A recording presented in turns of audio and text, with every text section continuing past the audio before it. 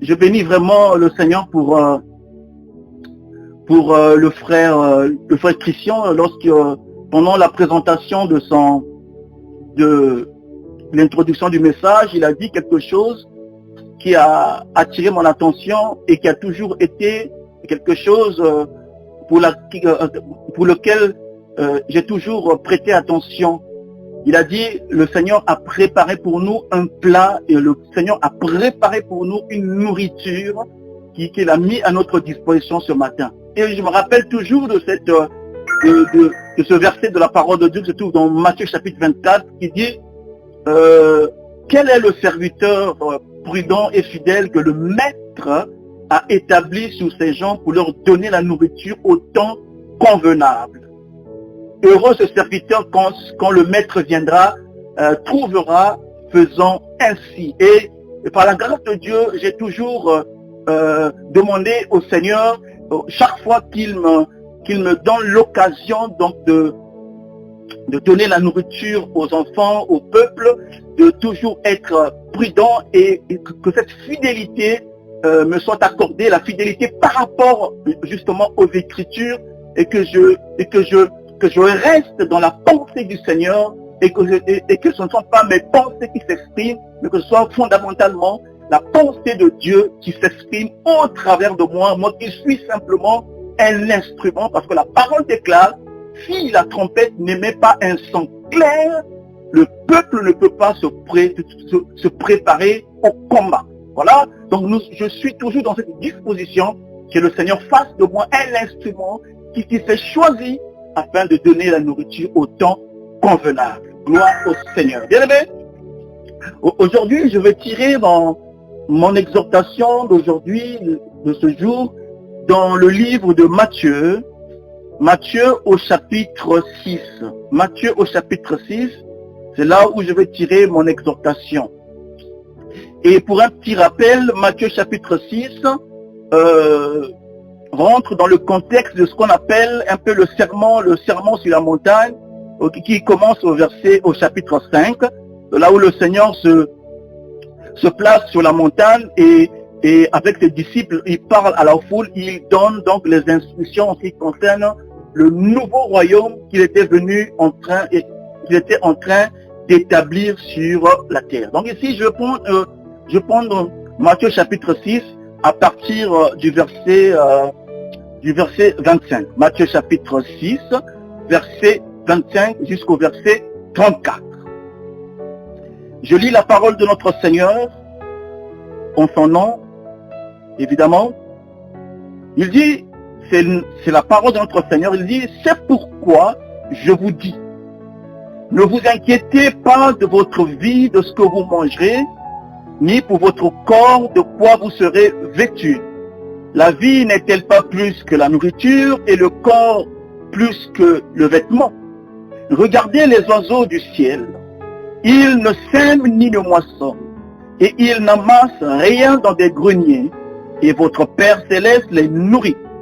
Ne valez-vous pas beaucoup plus qu'eux? Verset 27. Qui de vous, par ses inquiétudes, peut ajouter une coudée à la durée de sa vie? Verset 28. Et pourquoi vous inquiétez-vous au sujet du vêtement? Considérez comment croissent les lits des champs. Ils ne travaillent ni ne filent. Cependant, je vous dis que Salomon, même dans toute sa gloire, n'a pas été vêtu comme l'un d'eux. Si Dieu revêt ainsi l'herbe des champs qui existe aujourd'hui et qui demain sera jeté au feu, ne vous vêtira-t-il pas à plus forte raison, gens de peu de foi? Ne vous inquiétez donc point et ne dites pas, que mangerons-nous? Que boirons-nous? De quoi serons-nous vêtus? Car toutes ces choses, verset 32, car toutes ces choses, ce sont les païens qui les recherchent. Votre Père céleste sait de quoi c'est que vous en avez besoin. Verset 33, cherchez premièrement le royaume et la justice de Dieu, et toutes ces choses vous seront données par-dessus. Ne vous inquiétez donc pas du lendemain, car le lendemain aura soin de lui-même. À chaque jour suffit sa peine. parole de l'Éternel. Gloire, bien-aimé. Donc aujourd'hui, c'est là où je vais tirer mon exhortation. Donc ici, évidemment, nous sommes en présence d'un enseignement de Jésus-Christ en ce qui concerne le royaume. Le royaume. Jésus est en train d'énoncer ici, depuis le chapitre 5, les principes de son royaume. Il veut que la foule qu'il entend, en fait qu'il écoute, et les disciples connaissent très bien les principes qui régissent le royaume dans lequel ils vont être transportés prochainement, comme nous l'avons vu précédemment lors de notre séminaire dans la lettre de Paul aux Colossiens. Donc Jésus était en train d'énoncer, de dire, d'enseigner sur les principes même du royaume, parce que le Seigneur était venu instaurer un royaume et les personnes choisies pour faire partie de ce royaume doivent être enseignées, doivent recevoir la connaissance sur les principes justement qui régissent le royaume de Dieu pour lequel Jésus est le roi. Bien-aimés dans le Seigneur, nous voyons déjà l'image dans l'Ancien Testament. Au sortir donc de l'Égypte, Dieu s'est révélé à Moïse sur le mont Sinaï ou le mont Horeb pour lui donner la loi et les 10 commandements et donc les autres prescriptions, principes que Moïse devait à son tour enseigner au peuple. Et vous savez très bien que le peuple de Dieu, donc Israël, était soumis jadis à la gouvernance de Pharaon depuis 400 ans et devait être, au sorti du royaume, devait être justement transformé par le renouvellement de son intelligence afin donc de discerner quelle était la volonté de Dieu par rapport à leur nouvelle identité de racheter. Bien dans le Seigneur, c'est très important ce que le Seigneur va nous apprendre aujourd'hui par rapport à cette exhortation. Nous avons vu tout à l'heure que j'ai dit que après avoir délivré donc Israël de la main donc de Pharaon, de la puissance donc de Pharaon, Dieu a donné à Moïse, qui en était le chef, le leader, les lois, les ordonnances, donc tous les principes du nouveau royaume qui s'offrait à eux. Donc Moïse, à son tour, devait transmettre cela au peuple, afin que le peuple puisse emmagasiner cela et vivre dans leur nouvelle identité en ayant la connaissance de tous les principes du royaume.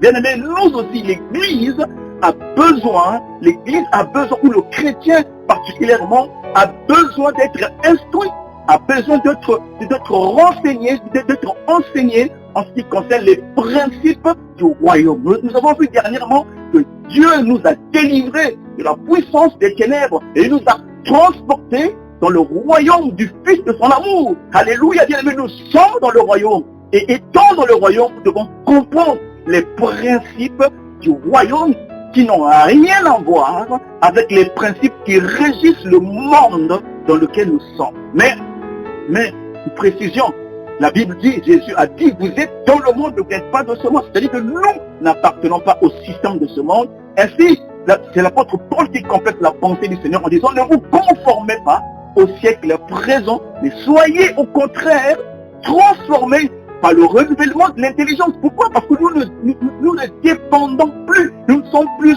soumis au système de ce monde, au système de ce royaume des ténèbres, mais nous sommes gouvernés à présent par un autre système qui est le système du royaume. Donc, tout à l'heure, j'ai dit, donc, à l'instar de ce qui s'est passé à la sortie de l'Égypte, Dieu a donné à Moïse des lois, en fait, des ordonnances qui devaient gouverner le peuple. Et nous aussi, lorsque, au travers de son Fils bien-aimé Jésus-Christ, Dieu nous délivre de la puissance des ténèbres et nous amène dans le royaume de la lumière.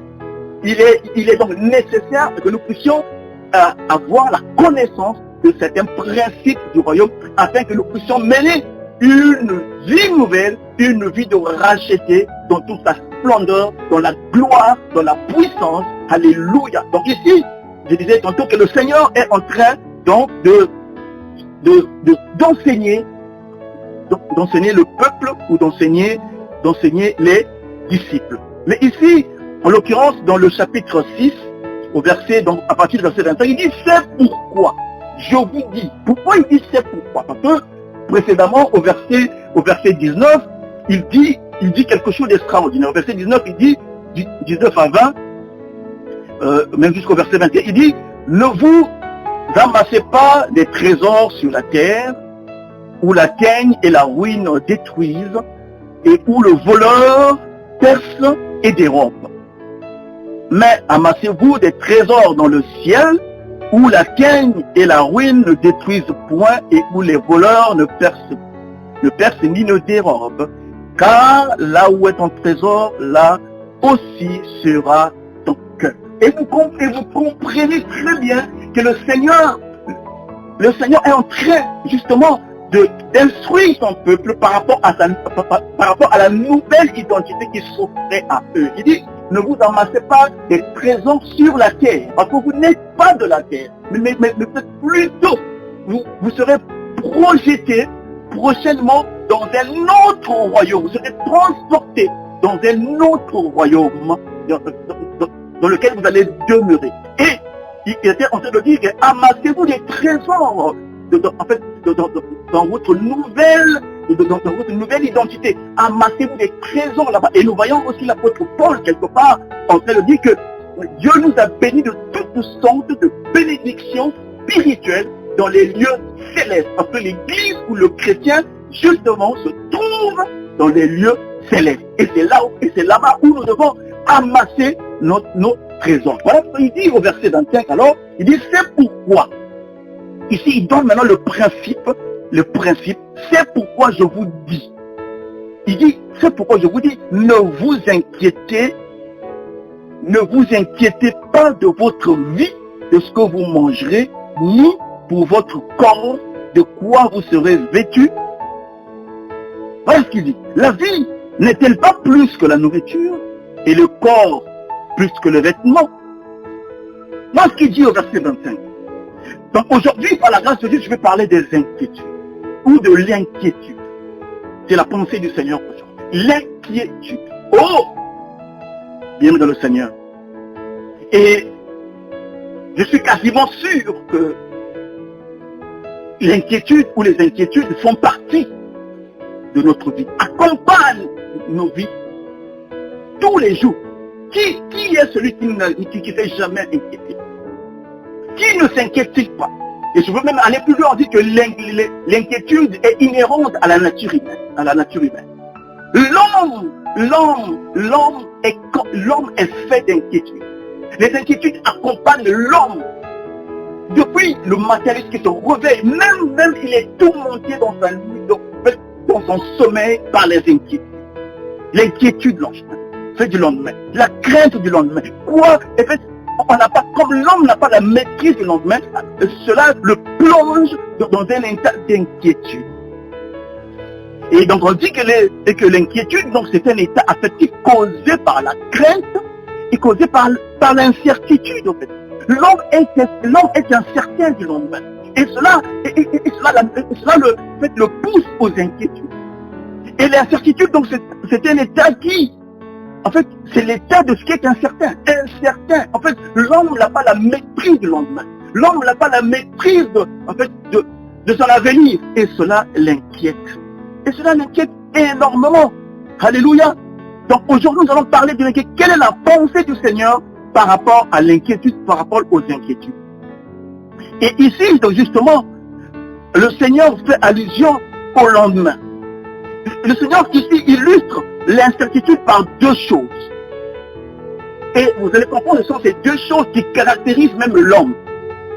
Donc voilà pourquoi il dit que ne vous inquiétez de rien.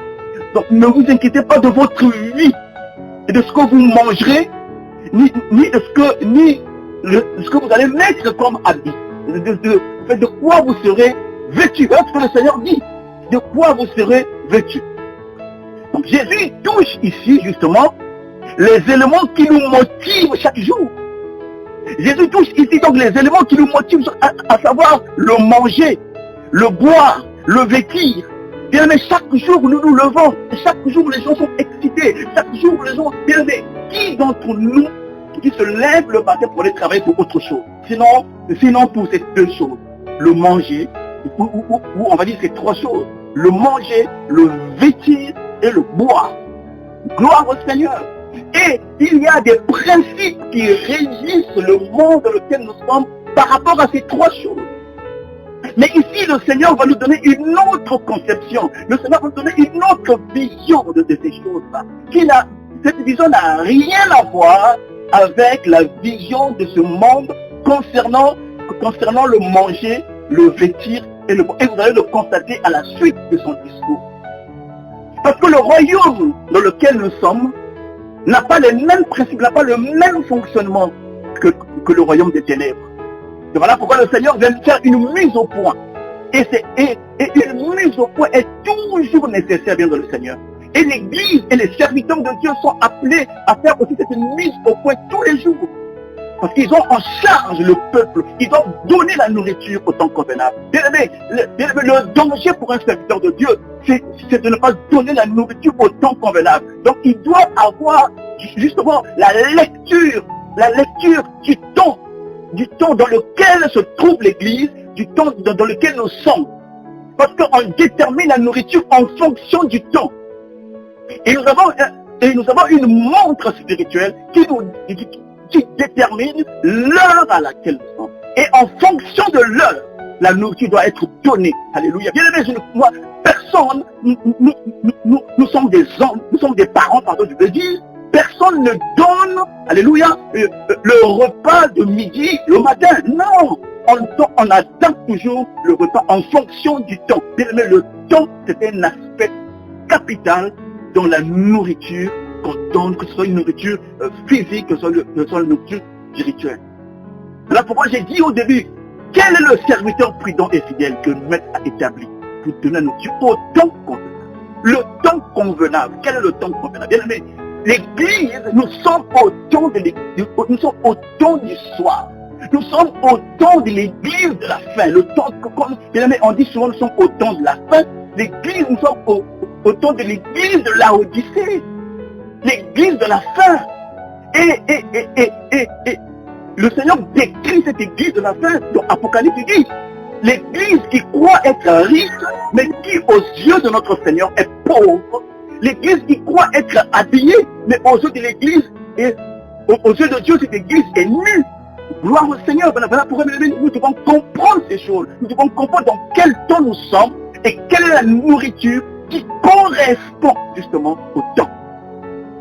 Donc ici, le Seigneur est en train de nous enseigner sur en ce qui concerne les inquiétudes. Il dit, la vie est plus que la nourriture. Le corps est plus que le vêtement. Mais pourquoi le Seigneur dit ces choses? Bien, mais le Seigneur veut rétablir l'ordre des priorités. Le Seigneur ne veut pas que nous puissions avoir la même pensée que nous avions en Égypte. Parce qu'en Égypte, nous étions dans la servitude. Et le Seigneur nous délivre de la servitude. Donc il veut que nos pensées soient renouvelées, notre intelligence soit renouvelée. Afin que nous n'ayons plus les mêmes recettes qu'on a eues lorsque nous étions dans ce monde. Vous allez le comprendre après. Gloire au Seigneur. Bien aimé, combien? Vous savez que nous, souvent, généralement, les hommes se déterminent en fonction des vêtements qu'ils portent. L'homme, bien aimé, l'homme, c'est ça justement. Vous allez comprendre que l'homme se détermine en fonction de ce qu'il a, en fonction de ce qu'il mange, en fonction de ce qu'il met comme habit. Oh Seigneur. Aujourd'hui, pour comprendre comment les gens se définissent, il suffit simplement de leur poser une simple question. Pose à quelqu'un une question. Une simple question. Pose la question de savoir qui es-tu. Et généralement, les gens donnent la réponse à cette question par rapport à ce que justement la société leur a donné, par rapport à ce que la société a construit en eux. Ainsi, vous comprenez que l'homme l'homme a une crise, une vraie crise identitaire. A une vraie crise identitaire. L'homme se détermine seulement en fonction de ce qui a été construit en lui. Et les éléments de définition sur lesquels nous nous basons pour nous définir sont généralement des éléments qui sont extérieurs à nous. Et c'est cela la crise identitaire dont je parlais tout à l'heure. C'est une vraie crise identitaire. Cette crise identitaire, bien le Seigneur, a son origine depuis les temps anciens, depuis le jardin d'Éden. L'homme en péchant perd son identité et tente maintenant de se définir par rapport à ce qui est extérieur à lui, par rapport aux feuilles de figue. Voilà la nouvelle identité de l'homme.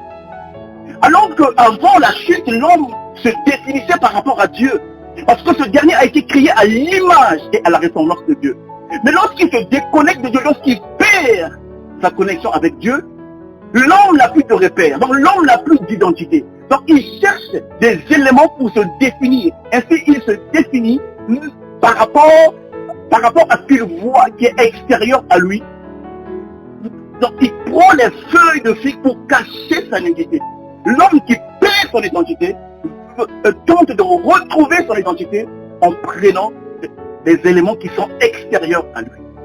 Alors qu'auparavant, l'homme devait se définir par des éléments qui sont intérieurs à lui.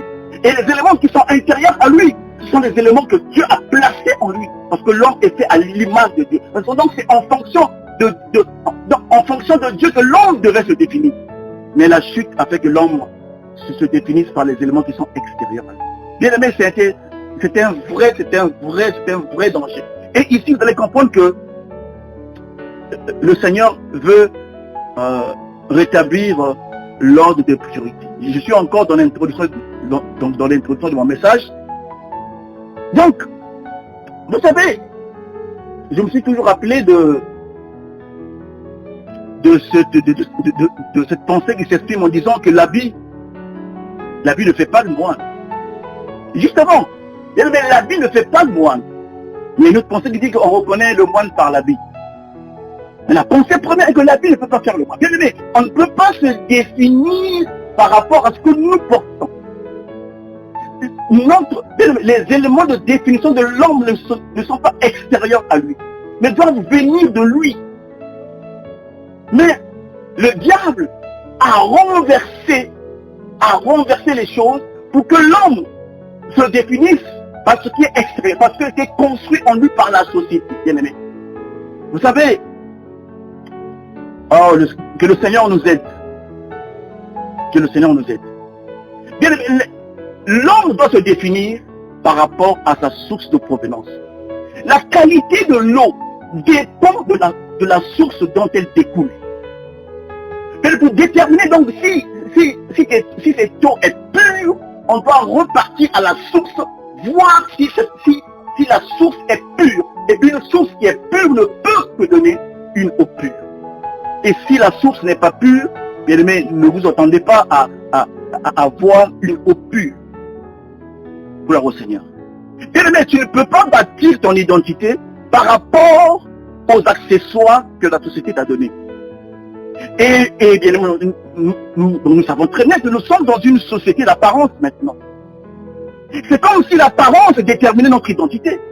Et nous le voyons avec les réseaux sociaux. En fait. L'apparence motive nos vies. L'apparence, c'est comme si c'est l'apparence qui détermine notre identité. Il suffit simplement de voir ce que les gens mettent sur les réseaux sociaux, en fait, sur Facebook, sur Instagram et tout. L'image, donc c'est une image que nous avons.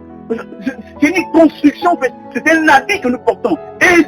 Et nous voulons nous voir dans les yeux, en fait, nous voulons nous définir justement dans les yeux des autres, dans les likes qu'on met lorsqu'on met des photos.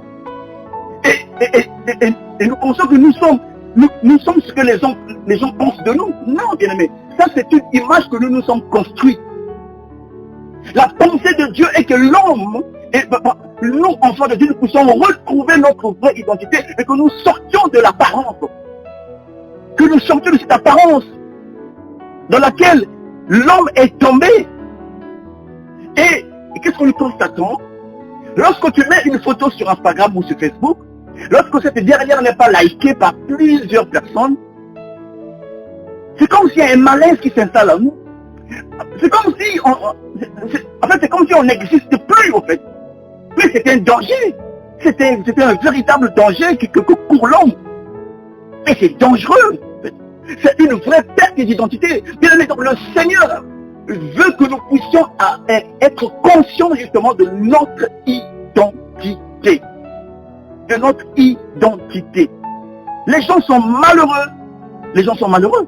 Une fois, bien aimé, parce que, gloire au Seigneur, et nous savons très bien comment ces photos sont construites.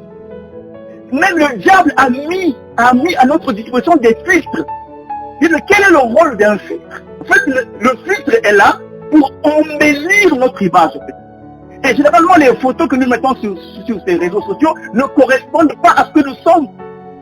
Donc nous avons la possibilité de gommer les tâches, nous avons la possibilité de gommer les imperfections pour que nous puissions en fait emmagasiner des likes. C'est dangereux, mais Dieu, bien aimé, pour les enfants de Dieu, Dieu veut que nous puissions sortir de ces choses. Sortons de toutes ces choses-là. Sortez du milieu de mon peuple, parce que nous sommes le peuple de Dieu. Nous devons sortir de ce milieu. Sortir de ce milieu, c'est très important. Mais vous savez que, gloire au Seigneur, nous, en fait, nous sommes comme des Naaman qui s'ignorent. Naaman, c'est quelqu'un, en fait, c'est un général. Mais qui a fait de Naaman un général? Mais c'est le roi qui a fait de Naaman un général. Mais l'identité même de Naaman, c'est pas les galons qu'il porte, c'est pas les habits qu'il porte. La vraie identité de Naaman, c'est la lèpre. Il est lépreux, mais aux yeux des gens, c'est un général. Donc, il a les galons de général. Il a une tenue de général. C'est ce que nous sommes dans le monde. Nous masquons notre vraie identité et nous portons une identité qui nous a été donnée. C'est le roi qui a fait de Naaman le général. Mais demandez à Naaman qui il est, vous allez écouter la réponse de Naaman. Naaman va dire, je suis général. Mais qui a fait de toi général? Mais c'est le roi qui a fait de toi général. Alléluia. Essayez de poser la question à quelqu'un, qui es-tu? Et vous serez étonné de la réponse que les gens donnent. Ils vont dire, je suis médecin, je suis docteur, je suis licencié, je suis ceci, je suis directeur. Mais regardez un peu comment les gens se définissent. Ils se définissent par rapport à ce qu'on a construit en eux. Ils ignorent qui ils sont fondamentalement. Donc la pensée du Seigneur est que nous puissions sortir de ces schémas.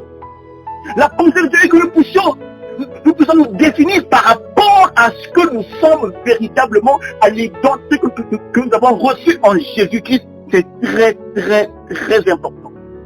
Et comme Naaman, nous devons observer, Dieu nous appelle à rencontrer une fille israélite et qui a la lecture, la vraie lecture de qui nous sommes. Et cette fille, à l'instant de la fille qui a parlé à Naaman, il dit, si mon maître était dans mon pays, il rencontrerait Élisée, et Élisée a la faculté, a la capacité, alléluia, de dépouiller mon maître de la lèpre, et c'est ce que Naaman a fait. Mais lorsqu'on vient à la rencontre du Seigneur, à la rencontre de la parole de Dieu, c'est comme le Jourdain, et cette parole nous dépouille de notre lèpre, et cette parole nous dépouille de tous les artifices que la société a mis à notre disposition. Ainsi, nous retrouvons notre vraie identité en Christ. Gloire au Seigneur. Gloire au Seigneur. Bien aimé, c'est très important à comprendre. Oh, gloire au Seigneur. Bien aimé, l'ignorance de notre identité est une source d'inquiétude. D'inquiétude. Gloire au Seigneur. Bien aimé, c'est très important à comprendre. Bien aimé, si tu ne comprends pas ces choses, c'est dangereux pour toi. Allez, revenons maintenant, je vais entrer maintenant dans mon message pour que vous compreniez ce que le Seigneur me dit. Il dit, la vie ne vaut-elle pas plus que la nourriture et le corps ne vaut-elle pas plus que le vêtement? Alléluia. C'est ce que le Seigneur dit. Il dit regardez. Regardez. Il dit regardez les oiseaux du ciel. Regardez les oiseaux au verset 26. Il dit regardez les oiseaux du ciel. Mais lorsque Dieu dit regardez, cela veut dire tout simplement analyser ou étudier les oiseaux. Regardez les oiseaux du ciel. Portez votre regard avec attention sur les oiseaux. En fait, analysez leur comportement. Il dit, ils ne sèment ni ne moissonnent. Il dit, ils ne sèment ni ne moissonnent et ils n'amassent rien dans des greniers. Oh bien aimé, c'est fondamental ce que le Seigneur est en train de dire ici. Le Seigneur est en train, apparemment, de contredire un principe qui était institué par lui-même dans le livre de la Genèse. Nous allons lire cela avant de continuer pour que vous compreniez un peu ce que le Seigneur est en train de dire ici. Cela se trouve dans Genèse chapitre 8. Genèse chapitre 8. Genèse 8, à partir du verset 21. Vous allez comprendre qu'est-ce que le Seigneur est en train de dire. Parce que ce sont des choses profondes que le Seigneur est en train de nous révéler ici. Et vous serez bénis aujourd'hui parce que vous allez écouter. Genèse chapitre 8, à partir du verset 21. La Bible dit, Genèse chapitre 8, verset 21. Je prends le verset 22. Le verset 22, c'est le verset qui nous montre justement ce que le Seigneur va dire. Tant que la terre subsistera, les semailles et la moisson, le froid et la chaleur, l'été et l'hiver, le jour et la nuit ne cesseront. Tant que la terre subsistera, il y a une loi qui ne peut pas s'arrêter. Il y a un principe. C'est le principe des semailles et le principe de la moisson. Il dit que les oiseaux du ciel ne sont pas soumis à ce principe. Mais c'est un principe qui a été établi par Dieu, en fait. C'est un principe qui régit le fonctionnement de l'univers. Celui qui sème moissonne. Et celui qui moissonne garde dans le grenier. En fait, c'est même le principe de la création des richesses que le Seigneur est en train d'expliquer ici. Il dit que les oiseaux ne sont pas soumis au principe de la création des richesses. Et les oiseaux ne sont pas soumis au principe de l'épargne. Vous allez dire, mais frère, est-ce que le Seigneur est contre la création des richesses? Non! Mais le Seigneur veut simplement que nous comprenions que nous, les principes qui régissent le royaume de Dieu ne sont pas les mêmes principes qui régissent le monde. Parce que le Seigneur ici, il dit tant que la terre subsistera. Il parle véritablement de la terre, mais nous ne sommes pas de la terre. Donc en fait, ce principe-là, même les oiseaux ne sont pas soumis à ce principe. Et donc il dit que nous, il dit regardez eux, il dit analysez les oiseaux. Ils ne sont pas soumis à ce principe-là. Le principe de la création de richesse et le principe de l'épargne. Est-ce que Dieu est-il contre l'épargne? Non, mais le Seigneur est en train de dire que constituez-vous un trésor dans le ciel, en fait. Gloire au Seigneur. Il dit, regardez les oiseaux du ciel, ils ne sèment ni ne moissonnent. Oh Seigneur. Il dit, ils n'amassent rien dans le grenier. Et votre Père, il dit, votre Père. C'est ça la chose la plus importante. Le Seigneur ici est en train de parler à un peuple, à son peuple, le peuple d'Israël. Il dit, votre Père. Il est en train de dire quelque chose de capital ici. Il dit, votre Père. C'est-à-dire que Israël avait pour Père l'Éternel des armées. Jésus n'est pas en train de parler à un autre peuple. Jésus n'est pas en train de parler aux Français. Jésus n'est pas en train de parler aux Américains. Jésus n'est pas en train de parler à un autre peuple, aux Congolais, etc. Mais Jésus est en train de parler à Israël, qui est censé être le peuple de Dieu, qui est censé être l'enfant de Dieu. Il dit, votre Père, et votre Père, et votre Père céleste les nourrit. Ne valez-vous pas beaucoup plus qu'eux? Gloire bien-aimée dans le Seigneur. Nous devons comprendre ces choses. Il dit, les oiseaux ne sont pas soumis à cette loi de création de richesse. Oh Seigneur Jésus. Parce que nous savons que la création de richesse rend possible la satisfaction des besoins. Mais comment allons-nous satisfaire nos besoins si on ne crée pas de la richesse? Le Seigneur va un peu à contre-courant de ce que nous savons en fait. Et voilà pourquoi Jésus, lorsqu'il vient bouleverser notre système de pensée. C'est très important à comprendre. Étant dans le royaume, tu dois comprendre les principes du royaume. Et maintenant, tu vas passer ton temps à souffrir. Tu vas passer ton temps à souffrir. Voilà au Seigneur, tu vas passer ton temps à souffrir. Le Seigneur n'est pas en train de dire que les oiseaux ne cherchent pas la nourriture. Non, il n'était pas en train de dire ça. Donc, il n'est pas en train de dire que les oiseaux ne font rien pour manger. Non.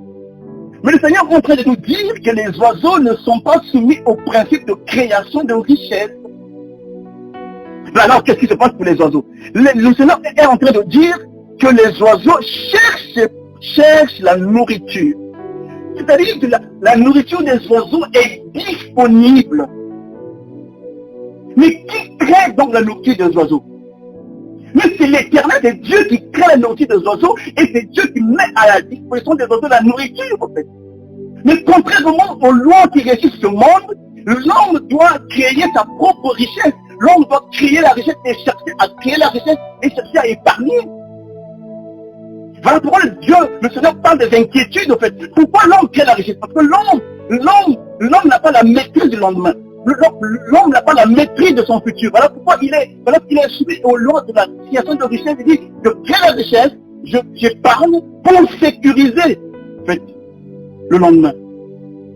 Et généralement, en fait, il y a en fait, ce que les gens généralement ils disent que je mettre généralement ma famille à l'abri du besoin. Je ne sais pas mettre sa famille à l'abri du besoin. C'est en créant la richesse ensemble et mettre sa famille à l'abri du besoin. Mais nous ignorons une chose bien aimée, l'homme n'est pas maître de tout. Mais tu peux construire quelque chose, tu peux construire une maison, tu peux acheter une maison, tu peux faire tout ce que tu veux. Et nous le voyons pendant les catastrophes naturelles. Et tout ce que tu as construit peut se retrouver complètement écrasé, complètement perdu. Nous voyons des choses aussi dans un homme dont la Bible parle, et cet homme c'est Job. La Bible nous décrit un homme, Job, qui était intègre et craignant Dieu. Et Job intègre et craignant Dieu. Donc Job remplissait tous les critères. Mais Job avait une faiblesse. Mais quelle est la faiblesse de Job? Job avait des enfants, avait des filles et des garçons.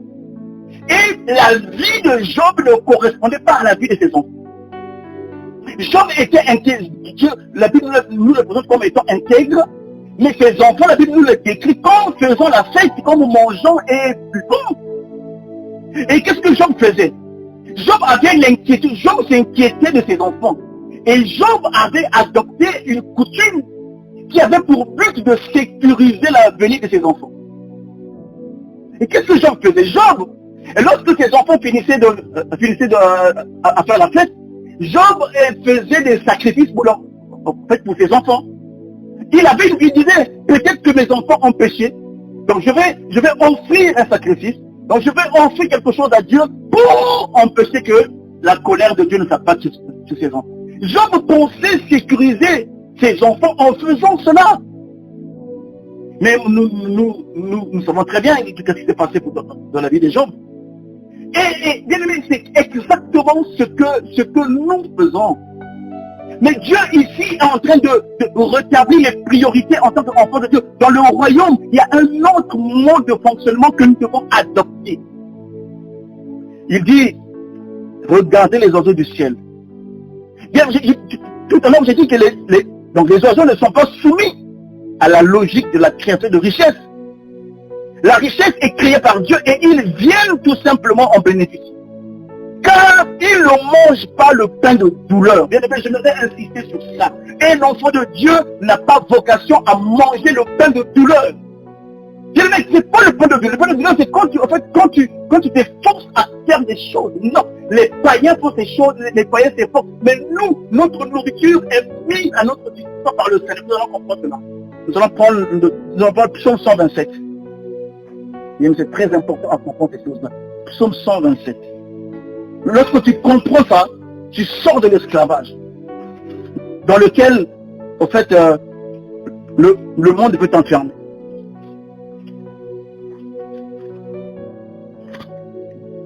Nous lisons le psaume 127. Vous allez découvrir une vérité qui est ici. Le psaume 127, je cherche la parole, je cherche le verset. Le verset 2. Le psaume 127, verset 2, nous dit une vérité ici. Je lis au nom de Jésus. En fait, il commence par dire, au verset, je vais même commencer au verset 1 pour comprendre. Si l'Éternel bâtit une maison, ceux qui bâtissent la bâtissent en vain. Si l'Éternel garde la ville, celui qui la garde en vain. Il dit au verset 2, exactement, suivez très bien, il dit en vain. Vous vous levez de bon matin, vous vous couchez tard, et vous mangez le pain de douleur. Il en donne autant à ses bien-aimés pendant leur sommeil. Oh Seigneur. Il dit c'est en vain que vous vous levez le matin pour aller chercher de la richesse. Et c'est en vain que vous vous couchez. Mais pendant que vous vous levez pour aller chercher de quoi manger, de quoi vous vêtir, l'Éternel est en train de donner à ses bien-aimés les mêmes choses pour lesquelles vous sortez pour aller travailler. Il est en train de leur donner ces choses pendant qu'ils dorment. Alléluia. Je ne sais pas si vous comprenez la profondeur de cette pensée de Dieu. En fait, pendant que tu dors, le Seigneur est en train de travailler pour toi. Et quand le Seigneur finit de travailler pour toi, quand tu te réveilles le matin, il met à ta disposition ce que l'Éternel a fait et il te le donne. Et qu'est-ce qui se passe réellement, bien le Seigneur? Vous allez dire, mais attends, est-ce que on va plus aller travailler? Non, bien aimé, le Seigneur n'est pas dans cette logique-là. Le Seigneur est en train de nous dire que comme les oiseaux, votre nourriture vous a été mise à disposition. En fait. C'est le Seigneur qui crée la richesse pour les enfants de Dieu. Oh, bien aimé, il n'y a un peuple qui a compris ce principe. C'est les Juifs. Pourquoi les Juifs dominent le monde? Pourquoi les Juifs sont parmi les plus riches du monde? Parce qu'ils ont compris le principe. Ils comprennent qu'ils sont les enfants de Dieu. Et que tout ce que le Juif fait, il réussit. Pourquoi il réussit? Tout simplement parce qu'il a compris le principe. Que ce n'est pas lui qui crée la richesse. Il y a un esprit de richesse au fait qui est là. La richesse est disponible. Et quand tu cherches, les oiseaux cherchent la richesse. Vous allez comprendre ça dans la suite du discours de Jésus. Vous allez très très très bien le comprendre. Il dit, oh Seigneur, aide-nous à comprendre ces choses. Le verset 26, il dit, regardez les oiseaux du ciel. Bien aimé, un enfant de Dieu n'est pas dans la création de richesse, car c'est Dieu qui crée la richesse. Il nous donne la capacité d'avoir part à l'héritage. Vous vous rappelez de ce verset que nous avons lu pendant le séminaire? Il dit, béni, rendez grâce à Dieu qui vous a rendu capable d'avoir part à l'héritage. Donc l'héritage est disponible et Dieu nous a rendu capables d'avoir part à cet héritage-là. C'est une capacité que Dieu crée en nous. Il dit votre Père. Ça veut dire que nous avons un Père. Nous avons un Père. Nous avons un Père. Il dit, ne valez-vous pas plus que les oiseaux?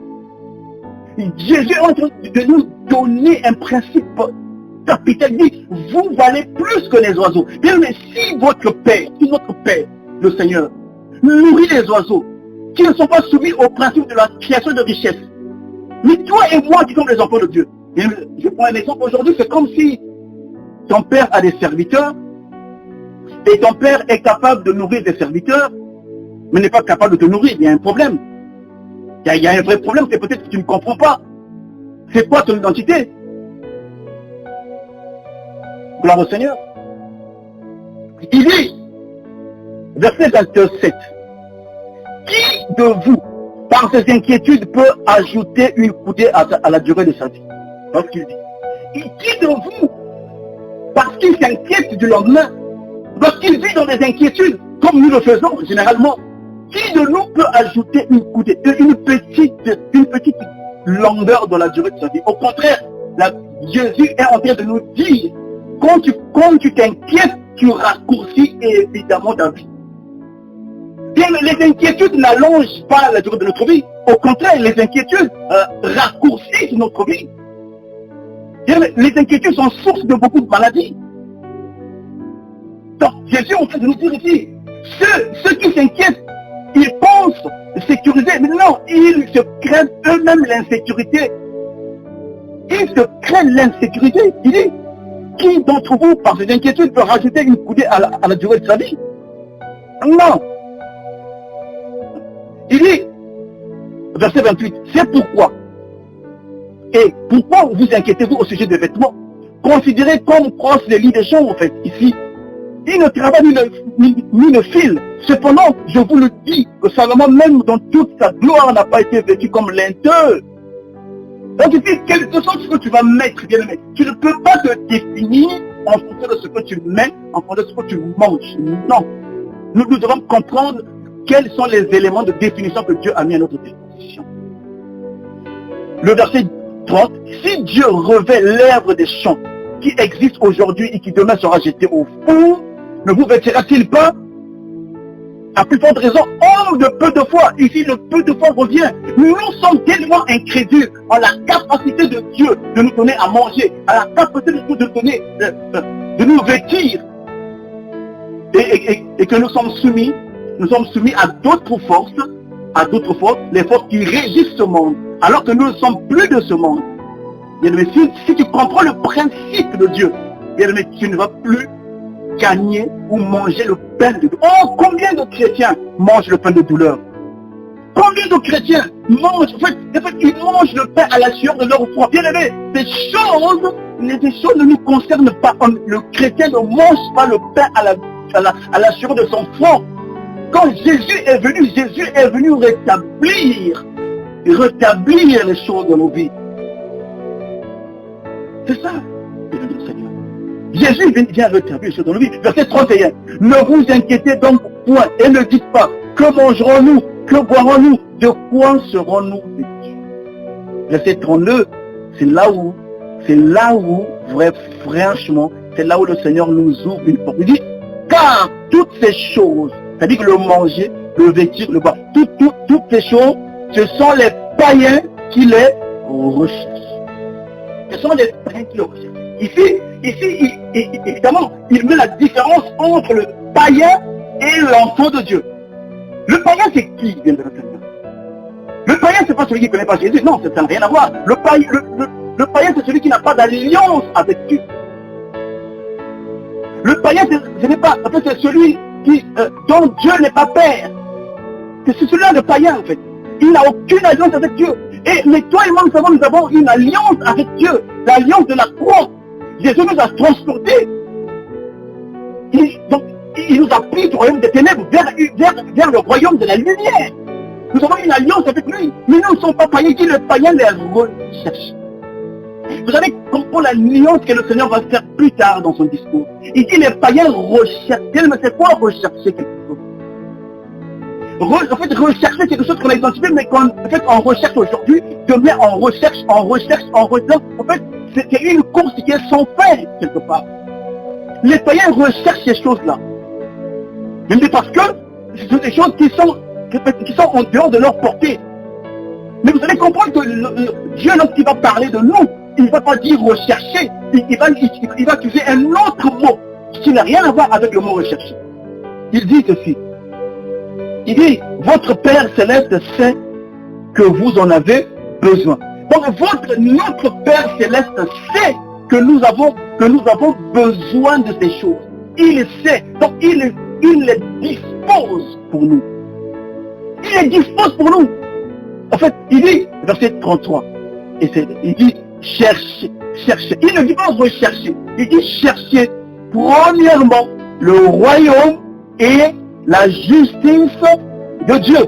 Il dit chercher premièrement le royaume et la justice de Dieu. Pourquoi le Seigneur, quand il parle des païens, il dit rechercher? Et quand il parle de nous, en fait, il dit chercher.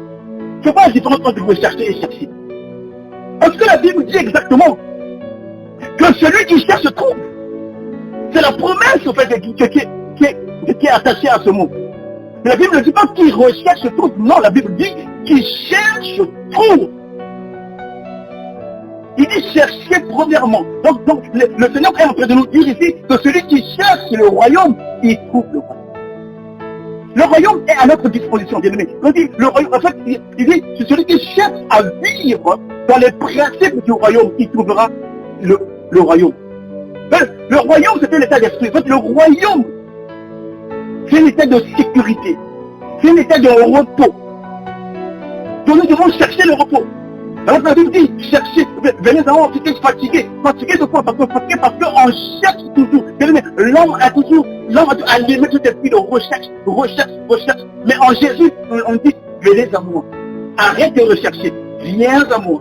Toi qui es fatigué par la recherche, viens prendre le repos qui est en moi. Le repos, on dit chercher premièrement le royaume. C'est quoi le royaume? C'est quoi le royaume? Nous allons le voir toujours dans Matthieu chapitre 13. C'est quoi le royaume? Et vous allez comprendre ce que c'est le royaume. Pourquoi Jésus dit chercher premièrement le royaume? Matthieu chapitre 13, verset 44, il nous parle du royaume. Le royaume, Matthieu chapitre 13, verset 44. On cherche le royaume.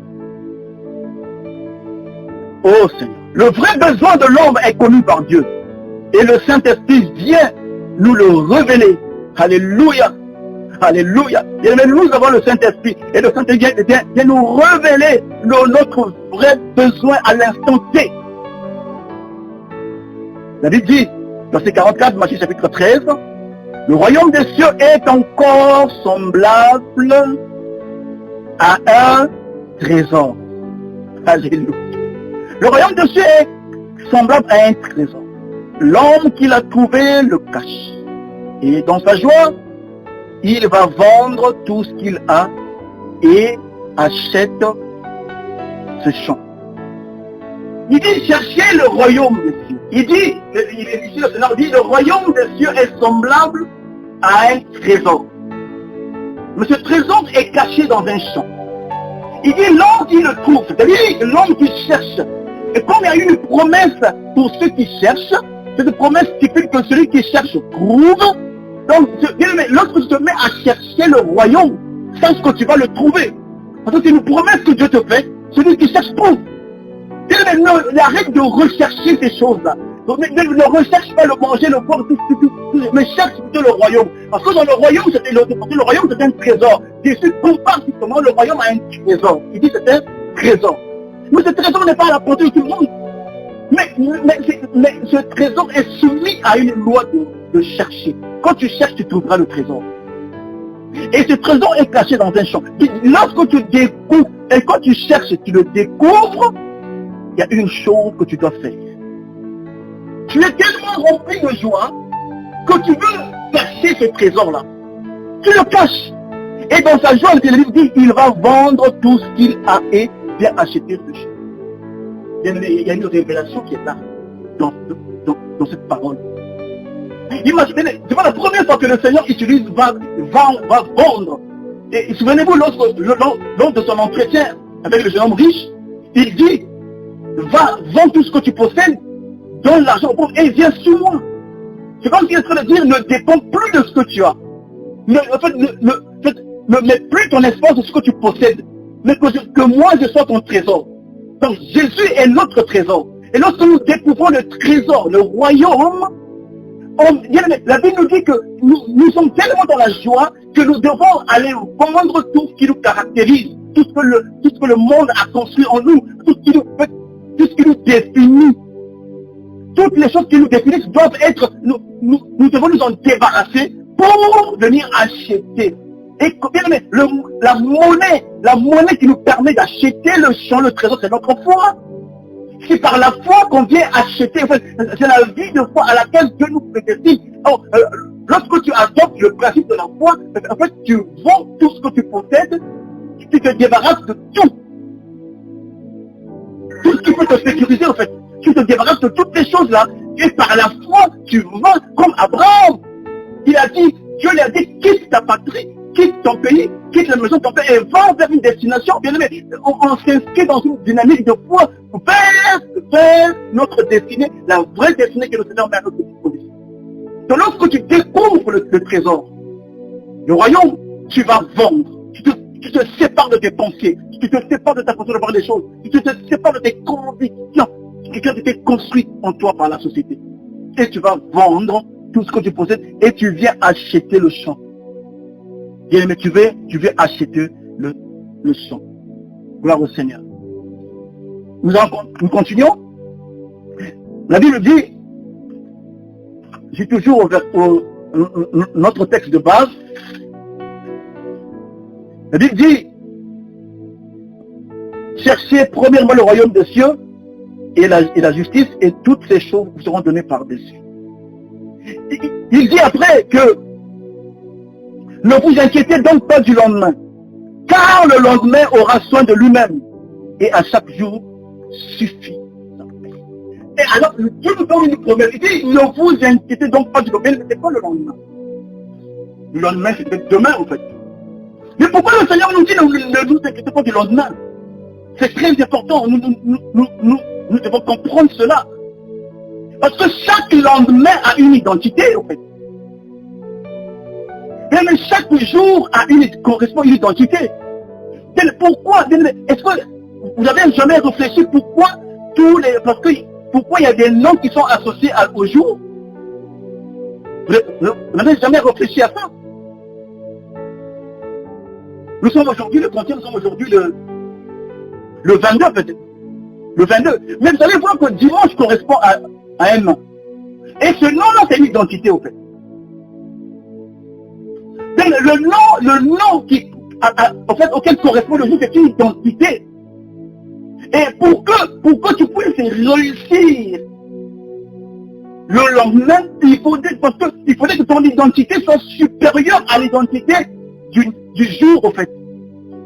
Par exemple, le 31 décembre, c'est la Saint-Sylvestre, vous savez très bien.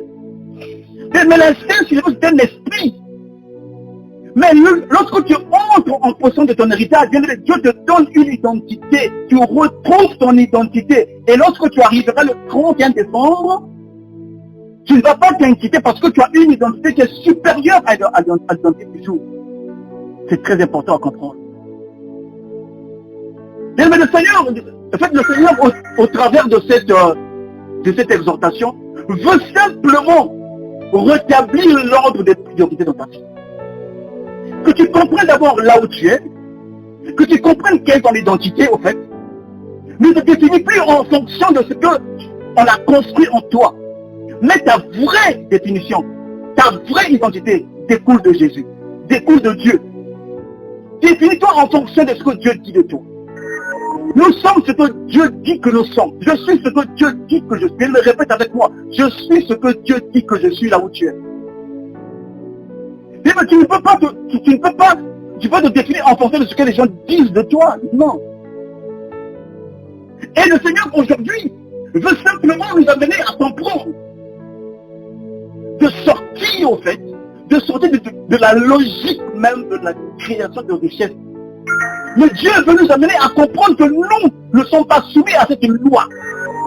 Bien que c'est une loi qui existe dans le monde, mais Dieu, nous ne sommes pas soumis à cette loi de la création de richesse. C'est Dieu qui crée la richesse. Et nous allons chercher cette richesse-là. Bien aimé, c'est ça. Un enfant de Dieu doit chercher la richesse. La richesse, elle est là. La gloire, elle est à notre portée. Parce que celui qui cherche la Bible trouve. Bien aimé, arrête à partir d'aujourd'hui de t'inquiéter. Arrête à partir d'aujourd'hui d'être dans une logique sans fin. En fait, c'est comme un cercle vicieux dans lequel les gens sont plongés.